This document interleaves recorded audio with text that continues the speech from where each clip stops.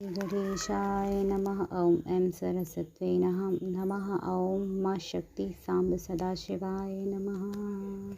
व्यास जी बोले, असाध्य साधन आदि का विचार। व्यास जी बोले, सूत जी का यह वचन सुनकर वे सब महर्षि बोले, अब आप हमें वेदांत के सार सर्वस्वरूप अद्भुत शिव पुराण को सुनाइए। मुनियों का यह वचन सुनकर अतिशय प्रसन्न हो वे सूत जी शंकर जी का स्मरण करते हुए उन श्रेष्ठ मुनियों से कहने लगे। सूत जी बोले, आप सब महर्षिगण रोग शोक से रहित कल्याण में भगवान शिव का स्मरण करके वेद के सार तत्व से प्रकट पुराण प्रवर शिव पुराण को सुनिए, जिसमें भक्ति, ज्ञान और वैराग्य इन तीनों का प्रीतिपूर्वक गान किया गया है और वेदांत वैद्य सदृशस्तु का विशेष रूप से वर्णन किया गया है। हे ऋषिगण, अब आप लोग वेद के सारभूत पुराण को सुने। बहुत काल में पुनः पूर्व कल्प व्यतीत होने पर भी इस वर्तमान कल्प में जब सृष्टि कर्म आरंभ हुआ था, उन दिनों 6 कुलों के महर्षि परस्पर वाद विवाद करते हुए कहने लगे, अमुक वस्तु सबसे उत्कृष्ट है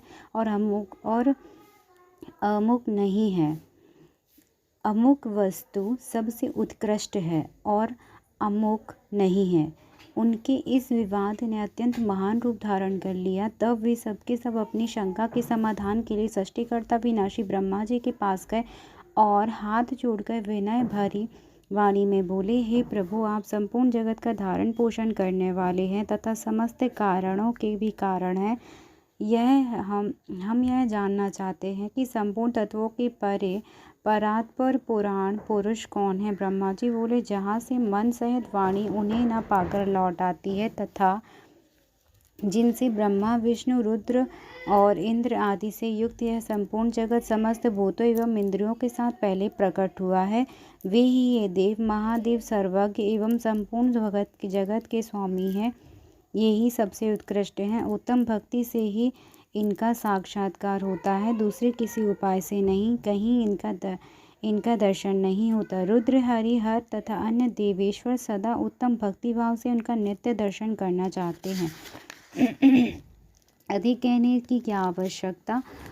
भगवान शिव में भक्ति होने से मनुष्य संसार बंधन से मुक्त हो जाता है। देवताओं की कृपा प्रसाद से ही उनमें भक्ति होती है और भक्ति से देवता का कृपा प्रसाद प्राप्त होता है। ठीक उसी तरह जैसे यहाँ अंकुर से बीज और बीज से अंकुर उत्पन्न होता है, इसीलिए हेत्र जो आप लोग भगवान शंकर का कृपा प्रसाद प्राप्त करने के लिए भूतल पर जाकर वहाँ सहस्त्र वर्षों तक चलने वाले एक विशाल यज्ञ का आयोजन करें। इस यज्ञपति भगवान शिव की ही कृपा से वेदांत के वेदोक्त विद्या के सारभूत साध्य साधन का ज्ञान होता है। मुनिगण बोले, हे भगवान, परम साध्य क्या है और उसका परम साधन क्या है, उसका साधन कैसा होता है, ये सभी बातें यथार्थ रूप से कहें। ब्रह्मा जी बोले, शिव पद की प्राप्ति ही साध्य है, उनकी सेवा ही साधन है तथा उनके प्रसाद से जो नित्य नैमित्तिक आदि फलों की ओर से निष्प्रह होता है वही साधक है। वेदोक्त कर्म का अनुष्ठान करके उसके महान फल को भगवान शिव के चरणों में समर्पित कर देना परमेश्वर पद की प्राप्ति है। वही साल्यों के आदि के क्रम से प्राप्त होने वाली मुक्ति है।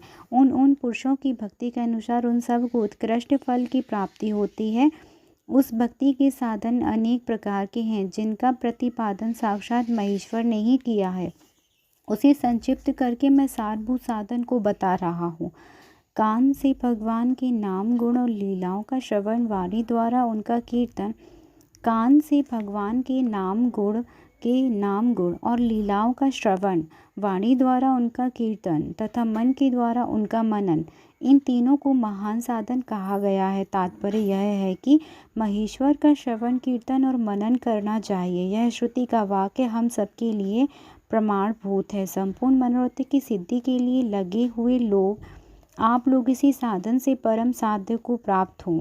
लोग प्रत्यक्ष वस्तु को नेत्र से देखकर उसमें प्रवृत्त होते हैं, परंतु जिस वस्तु का कहीं भी प्रत्यक्ष दर्शन नहीं होता, उसे श्रवण इंद्रिय द्वारा जान सुनकर मनुष्य उसकी प्राप्ति के लिए चेष्टा करता है।